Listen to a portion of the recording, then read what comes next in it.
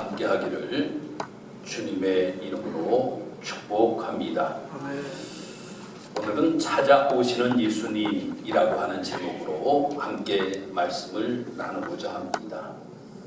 사순절 절기임에도 불구하고 코로나19로 인하여서 믿음의 공동체가 함께 모여 예배 드리지 못하여 너무나도 마음이 아픕니다. 오늘도 가정에서 온라인으로 예배를 드리는 우리 사랑하는 성도들도 있고 또 이 자리에 나와서 예배하는 우리 사랑하는 성도 여러분들도 있지만 모두에게 주님께서 우리에게 주시는 놀라우신 은혜로 말미암아 이 때에 더욱더 영적 성숙함이 우리 사랑하는 모든 성도들에게 있기를 주님의 이름으로 축복합니다. 우리가 말씀을 읽어보면 오늘 이 본문의 말씀에는 네 사람의 이름이 등장함을 우리는 보게 됩니다. 엘리야라고 하는 사람의 이름이 등장합니다. 그 다음에 사르밧 과부에 관한 이름이 등장하고 있습니다. 또 엘리사가 등장합니다.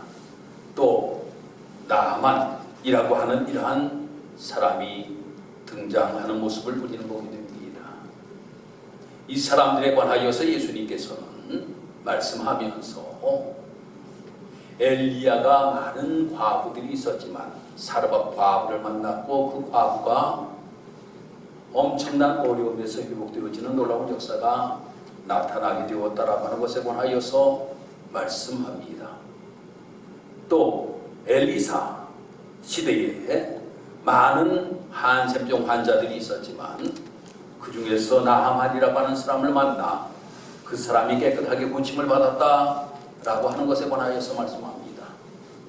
이 말씀을 할 때에 이 예수님께서 어디에서 이 말씀을 하셨는가 하면 예수님께서는 자기의 고향 땅에 들어가셔서 이 말씀을 하셨던 거예요. 이러한 말씀을 하는데 말씀을 듣는 사람이 있었는가 하면 말씀을 듣지 아니하는 사람이 있었고 말씀을 들음으로 인하여서 그들이 감동받는 사람이 있었는가 하면 오히려 그로 인하여서 이 예수님을 쫓아내버리는 이러한 일들이 있었던 모습을 우리는 보게 됩니다. 사랑하는 성도 여러분, 우리가 이 땅에서 삶을 살아가면서 우리는 주님께서 우리에게 찾아오셔서 우리에게 말씀할 때에 그 말씀을 우리가 받는 사람이 있는가 하면 그 말씀을 아예 거부해버리는 사람들이 있다라고 하는 겁니다. 예수님이 말씀하셨음에도 불구하고 예수님의 말씀을 배척하는 이러한 우리들이 있었던 것을 우리는 이 본문에서 분명히 보게 된다라고 하는 겁니다. 사랑하는 성도 여러분, 항상 하나님과 예수님께서는 우리에게 찾아오시기를 원하시는 주님이시다라고 하는 겁니다. 우리가 신약 성경을 읽다 보면 예수님께서 찾아가시는 모습에 관하여서 너무나도 말씀이 많이 기록되고 있어요. 예수님께서 이제 부활을 하셨습니다. 예수님이 부활하시고 난 다음에 예수님의 제자들은 예수님의 부활 사건을 알지 못함으로 인하여 자기가 하던 일들을 찾아가게 됩니다.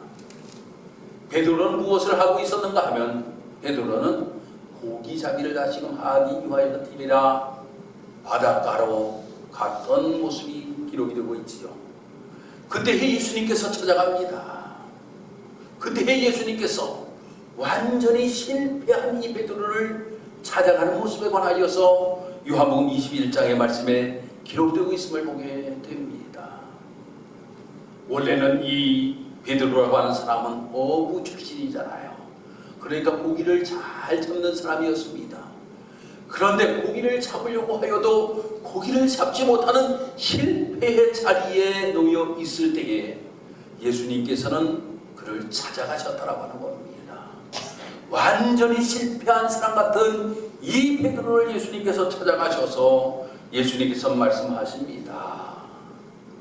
야, 우리 같이 조반을 먹자 라고 이렇게 예수님께서 말씀하시면서 예전에 너가 왜 나를 배반하였느냐, 너가 왜 나를 떠났느냐, 부활한다라고 이야기하였는데 너가 왜 믿지를 못하였느냐 라고 하는 이러한 이야기를 한 말씀도 하지 아니하시고 예수님께서 말씀하십니다.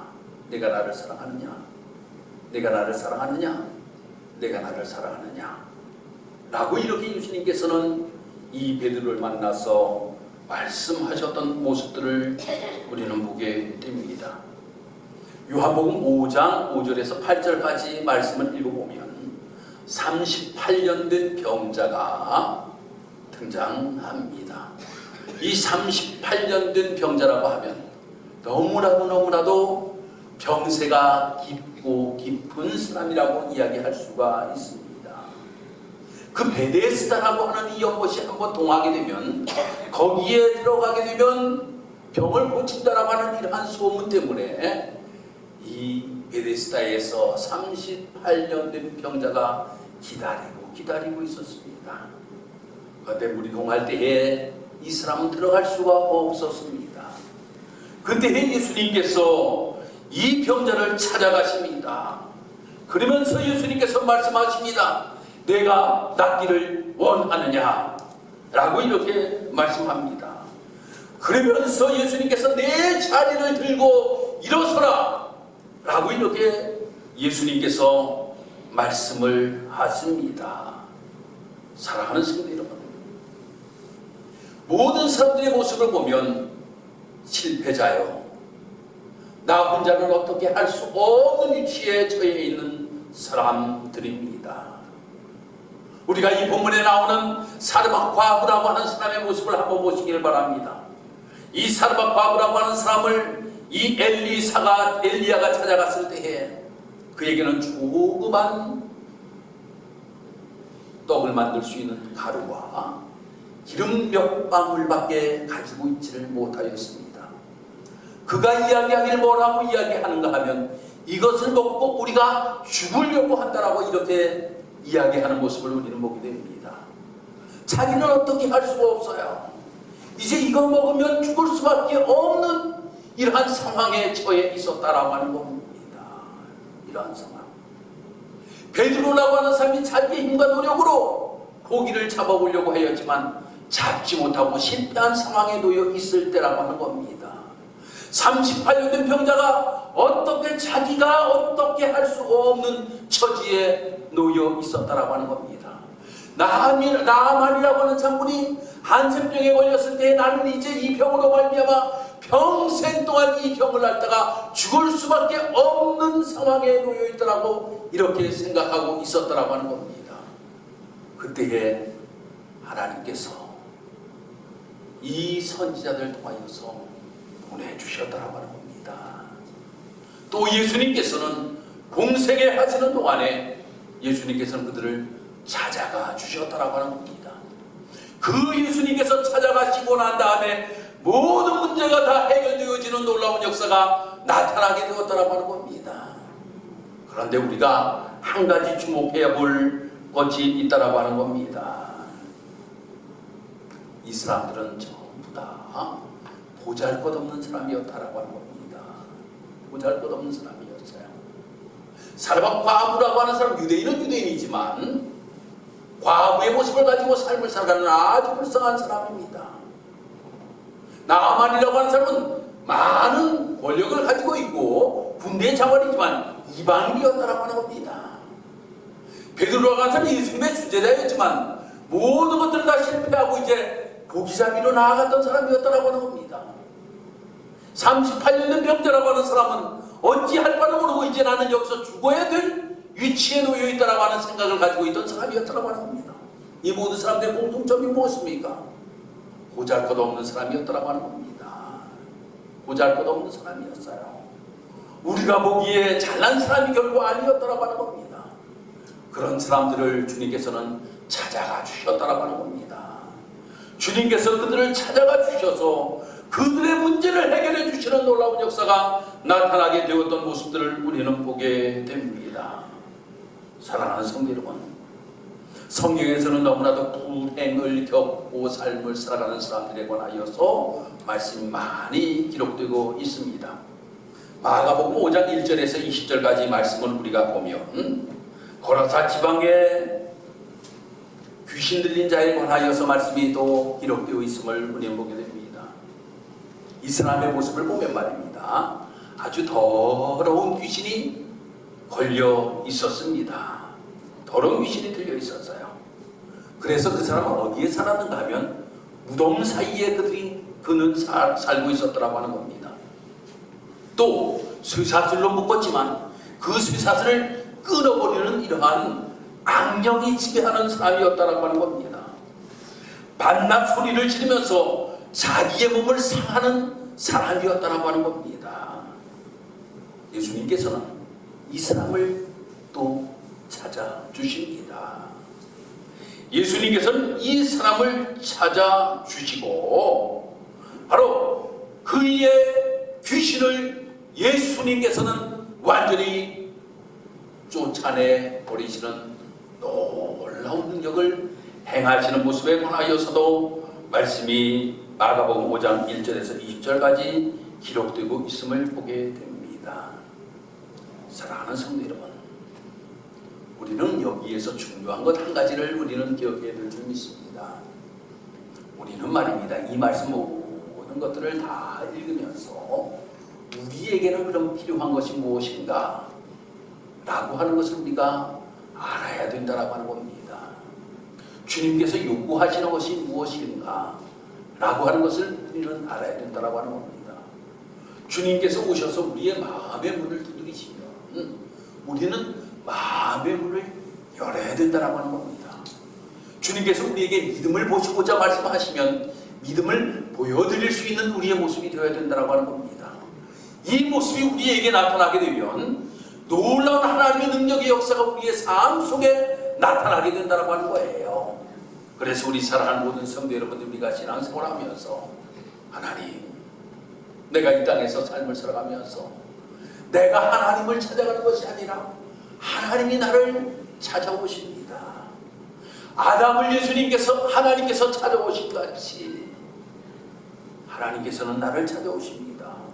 오늘 이 말씀과 같이 보잘것없는 사람들에게 찾아가신 같이 나에게도 찾아오십니다. 찾아오실 때에 내가 마음의 문을 여는 자 되게 도와주옵소서.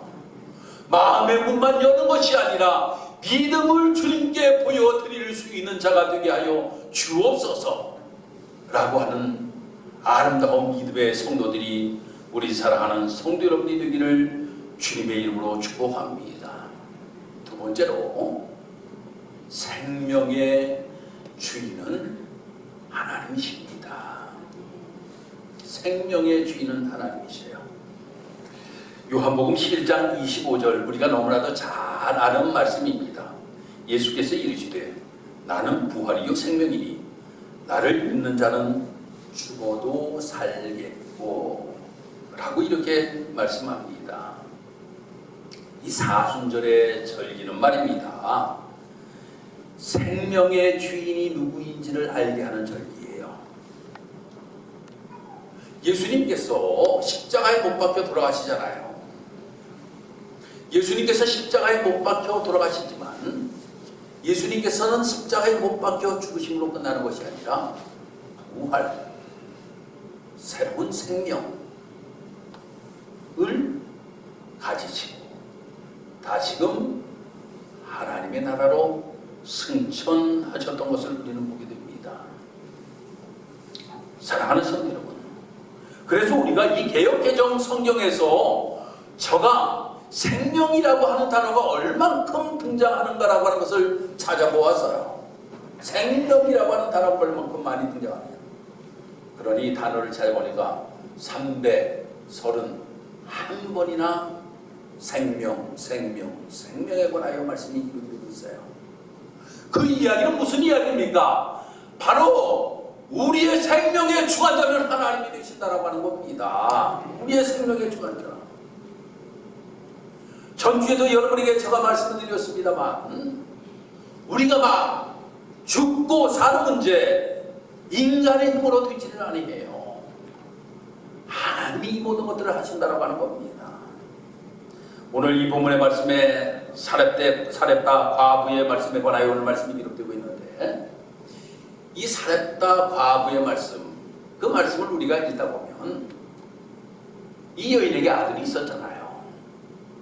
이 여인에게 아들이 있었는데 이 아들이 죽게 됩니다. 이 아들이 죽어요.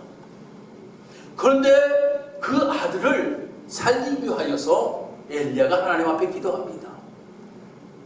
간절하게 하나님 앞에 기도하였더라고 말씀이 기록이 되고 있어요. 하나님 앞에 간절하게 기도하였더니 하나님께서 살려주시는 놀라운 역사가 나타났던 모습을 보게 됩니다. 바로 불가능에서 가능케 하시는 분이 누구이신가 하면 바로 하나님이시다라고 하는 겁니다. 죽음에서 생명으로 이끄시는 분이 바로 하나님이시다라고 하는 겁니다. 바로 예수님께서는 십자가에 못 박혀 돌아가신 것 같아서요. 모든 사람들이 환호하였습니다. 예수님을 이제는 죽였으니 모든 것들이 다 끝났다라고 이렇게 이야기하였는데 하나님께서는 예수님을 다시금 부활이라고 하는 사건을 일으키시는 모습을 우리는 보게 됩니다. 그래서 우리가 삶을 살아가면서 우리는 하나님, 나의 생명의 주관자가 하나님이십니다. 나의 생명의 주관자가 하나님이시니 나의 모든 것 주님 앞에 맡깁니다. 주님이 책임져 주옵기를 원합니다.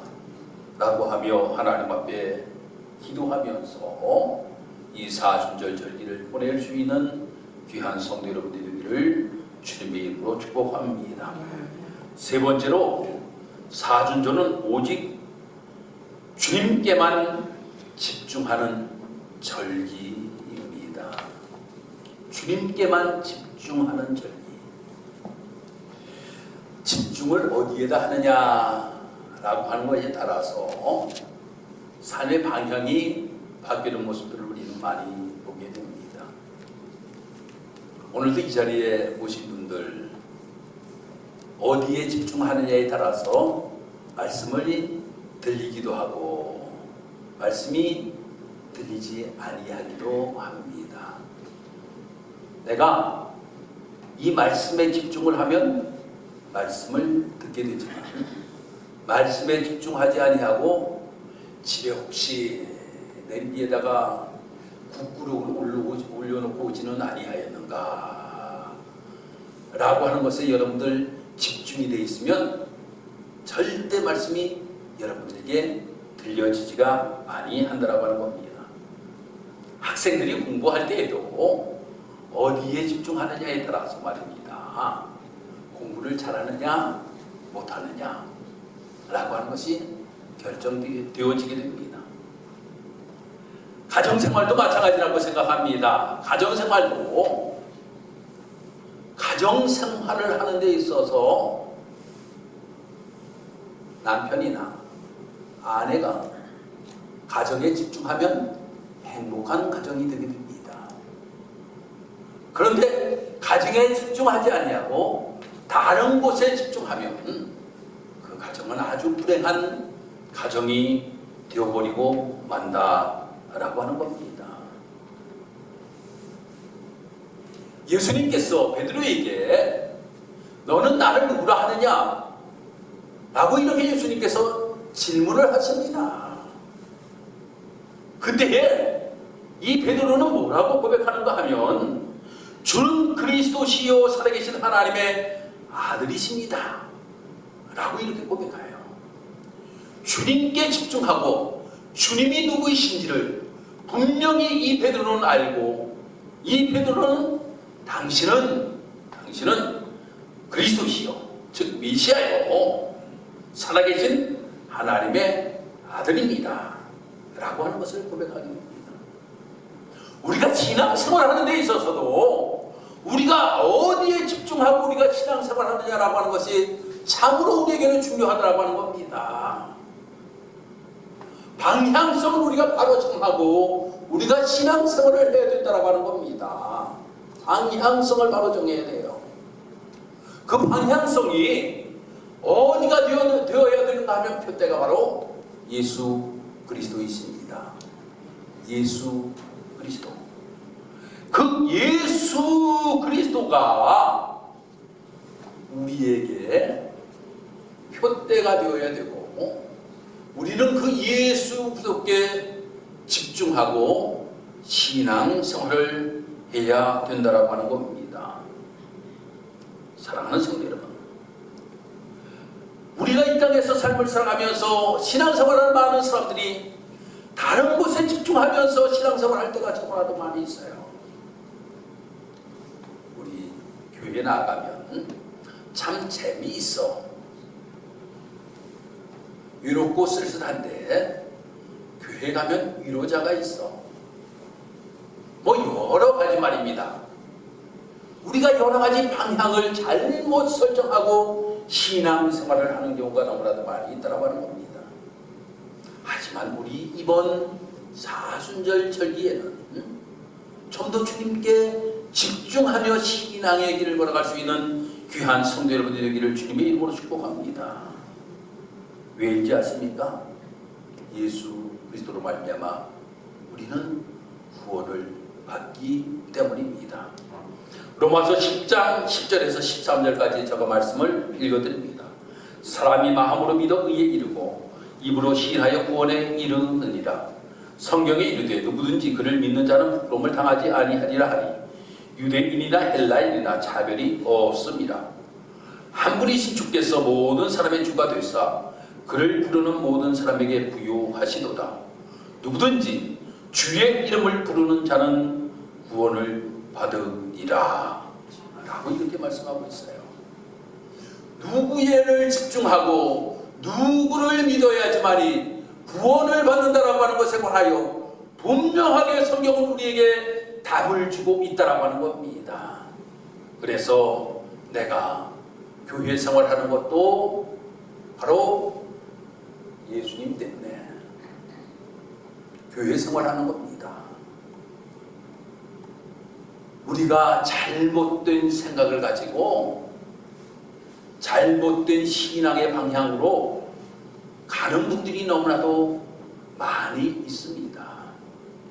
제가 여러분에게 한번 소개를 시켜드렸습니다만 미국에 계시던 장로님이 한국에 들어오셔서 저하고 말씀을 나누는 중에 이렇게 말씀을 하십니다.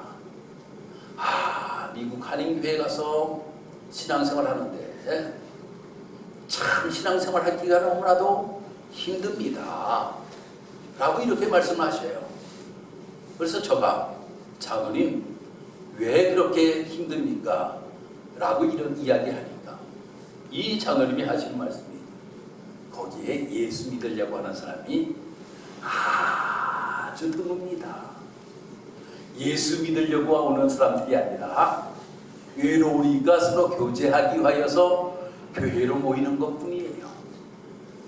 그러다 보니까 그들이 예배도 하나님 앞에 제대로 드리지 못하고 말씀을 연구도 제대로 하지 못하고 기도의 생활도 제대로 하지 못하고 모든 것들이 다 엉망진창입니다 라고 이렇게 말씀하시는 것을 저는 들었습니다. 사랑하는 성도 여러분, 우리 직사하나교회는 우리가 예수님께 집중하면서 신앙의 길을 걸어갈 수 있는 귀한 성도 여러분들이 되시기를 주님의 이름으로 축복합니다.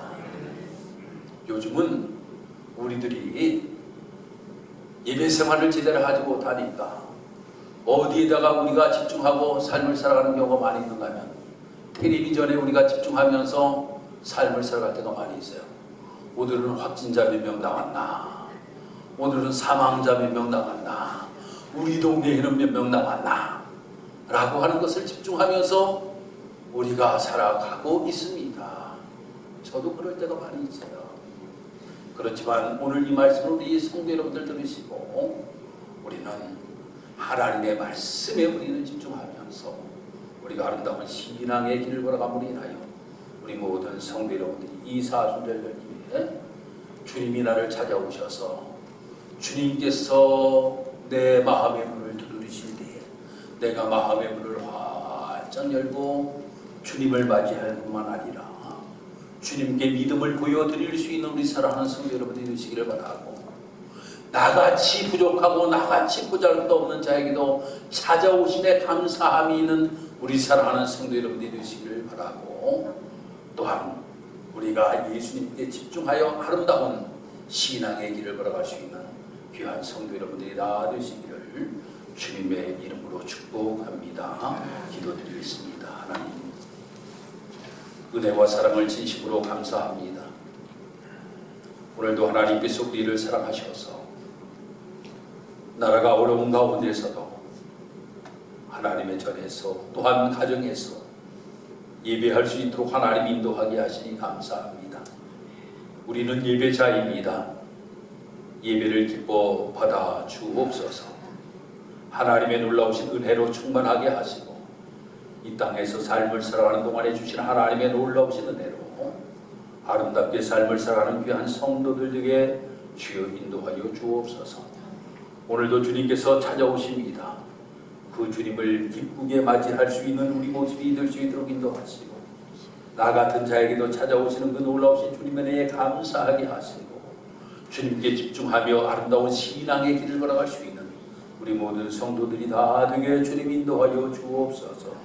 감사드리며 예수님의 이름으로 기도드리옵나이다. 아멘.